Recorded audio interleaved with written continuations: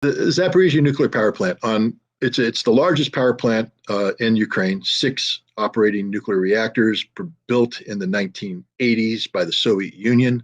Um, it's it when fully functioning provides up to 25% of Ukraine's electrical power generation. Um, it had, prior to the Russians coming in, suffered serious problems because of lack of funding, lack of maintenance on the part of Ukraine's nuclear authority. Several of the reactors had been powered down because they were considered to be unsafe to operate. This again is before Russia came in. When Russia came in, they took over the plant on March 3rd. It was a moment of high drama. Videotape emerged about the Russian forces coming in, being resisted. A building caught on fire. Everybody accused the Russians of trying to burn down the facility. The Russians secured it, according to them, for a number of reasons. One, you just can't let a nuclear power plant operate on its own in a zone that you plan to take control of. So you have to take control of the nuclear power plant just for its own security.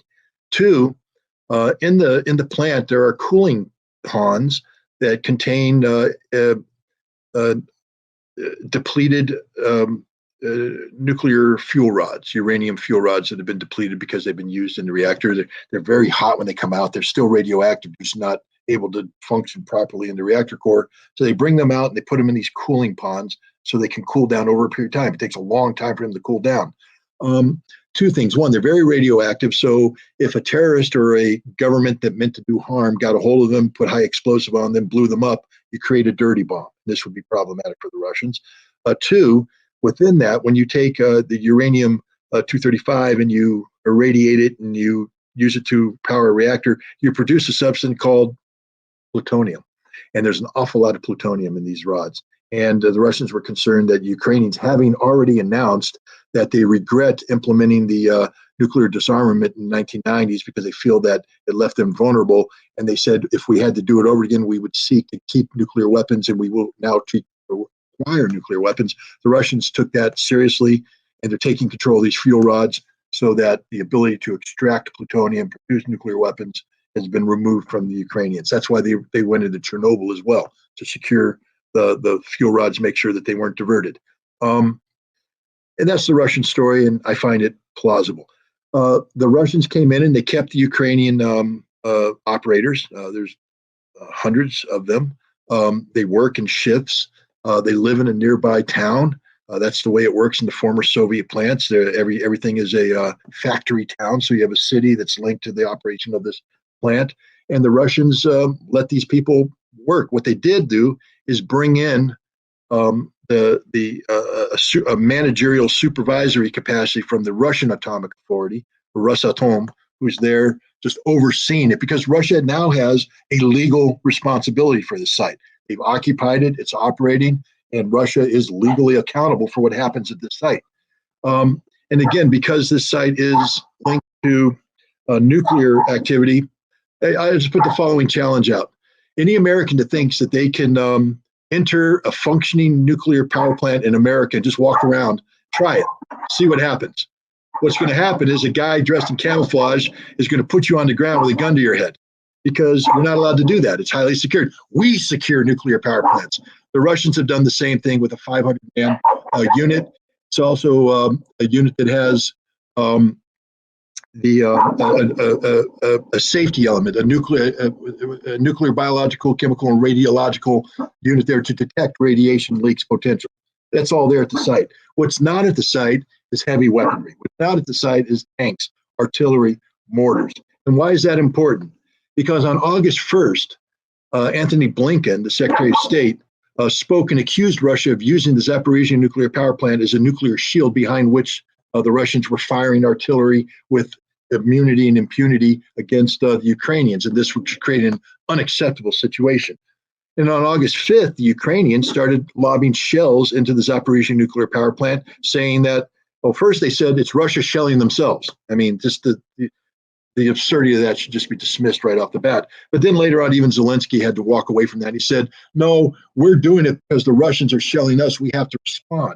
That any risk that's brought in by the shelling of this plant is because of Russia. And what we need is an international peacekeeping force to come in and take control of the plant and the area around the plant, demilitarize it, and then return it to Ukrainian sovereignty. That was the goal and the objective. And they've been shelling the plant ever since then.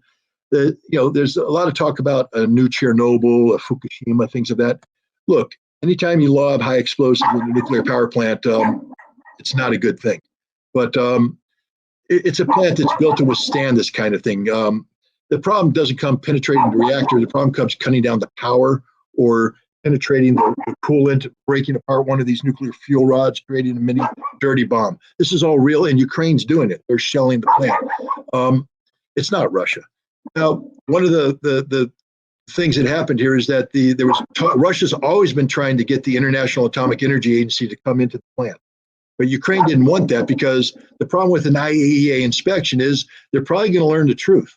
And Ukraine's not in the business of telling the truth. Ukraine's in the business of spinning this information, create the perception that Russia is using the plant as a shield behind which it can attack Ukraine. But because of the shelling, the United States, Ukraine, and the United Nations began advocating for this peace force. They want this peace force. The Secretary General wants this peace force. Everybody wants this peace force.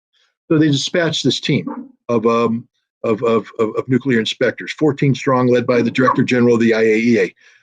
They went to the site. What's interesting is that Russia first said, we want them to come in through the Russian-controlled territory because then we can guarantee their security. Because we own the plant, you come in, seamless security. The Ukrainians said, no, it's our plant. We have the safeguards agreement with the IAEA, so they're going to come in through Kiev. Russia conceded that point, but said you have to bring 2 ballistic missile or ballistics experts on the team that can do crater analysis and find out what's going on with these strikes. So the team came in. They only spent, of the 14 of them, 8 of them only spent a couple of hours there, during which time the ballistics people did evaluate the craters that were produced, but not from a standpoint of telling who did it. There's no mandate with the IAEA to ascertain responsibility. What they were supposed to do is look at the potential damage caused and what that did in terms of posing a threat to the operational safety of the plant. They were also able to interview people. They were able to do an inspection of the plant, and 8 of the 14 withdrew the same day, leaving 6 behind within 3 or 4 days. 4 of those guys left, and they left 2 IAEA personnel behind to stay at the site. The purpose of the IAEA people at the site was, some people call them hostages, that they're there to prevent the shelling. Well, they haven't prevented any shelling. They're getting shelled every day from Ukraine. They're there to facilitate communication between the operators of the plant and the IAEA so that the IAEA can get a clearer picture of what the safety reality is, profile of the plant. But the team Grossi, the Director General, came back and issued a report. And in it, he refused to acknowledge, say who did the attacks. And then this disappointed the Russians tremendously because the evidence is right there. Again, I'm a crater analysis kind of guy. I have to tell you right now, with 100% certainty, that would be viewed as legitimate testimony in any court in the world. I could come in and do a quick forensic of any shell crater and tell you which direction it came from, what kind of shell it was, etc. And so to say that the IAEA doesn't know is absurd. It's a lie. It's quite evident who did it. But the IAEA won't say who did it because this is a political issue. And they've sidestepped that one. And that bothers Russia tremendously because the international community is using the continued strikes against this plant as justification, because the IAEA has come out and said, we're advocating for international security force to take over the plant. So the Russians feel betrayed. They feel like the IAEA came in, saw the evidence of who was doing this, but they're still putting out the big plan. And here's another spin on the big plan. The IAEA team landed in Kiev on 29 August. They were supposed to proceed directly to the plant. They didn't. Zelensky held them up. Zelensky insisted on a meeting, and they had the meeting. And then they were delayed another day for unspecified reasons, and then they went. As they traveled to the site, the Ukrainians launched a major commando attack against the site. Up to 700 people, an amphibious assault, helicopters, trying to seize the site, to take control of the site before the IAEA inspectors came so that they can bring the IAEA inspectors in and effectively use them as a shield against Russian retaliation. You can't attack us. The IAEA is here, and now we need the international peacekeeping force to come in and set this thing up. And Grossi talks about this. He says, there was heavy fighting while we were there. There was machine guns, mortars. It was all taking place. Very disturbing, very worrisome. Did Grossi know that this attack was going to take place? I mean, he met with Zelensky. People are saying this attack was planned at the presidential level. So Zelensky clearly knew that the attack was taking place. The president of Ukraine met with the IAEA and then gave them the green light to go to a nuclear power plant that he knew his forces were going to be attacking for the purpose of seizing control that morning. Think about it. The Secretary General was also involved in coordinating NATO. This stinks to high heaven, stinks to high heaven. Now, I will say this. I've been involved personally in a United Nations inspection that was hijacked by the CIA to launch a coup against Saddam Hussein. That occurred in June of 1996.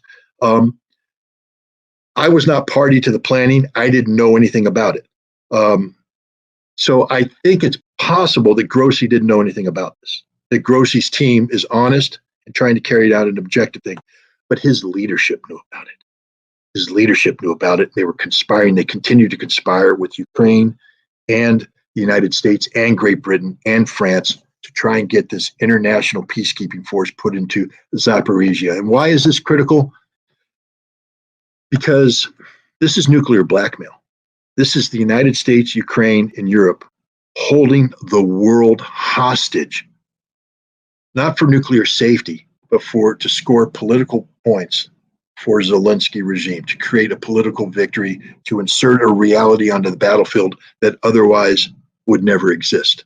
And this undermines the credibility of the IAEA in every way, shape, and form, similar to how the OPCW's credibility was undermined in Syria and how the United Nations credibility was undermined in Iraq. This is the United States, the West, undermining international institutions that are critical for international peace and security.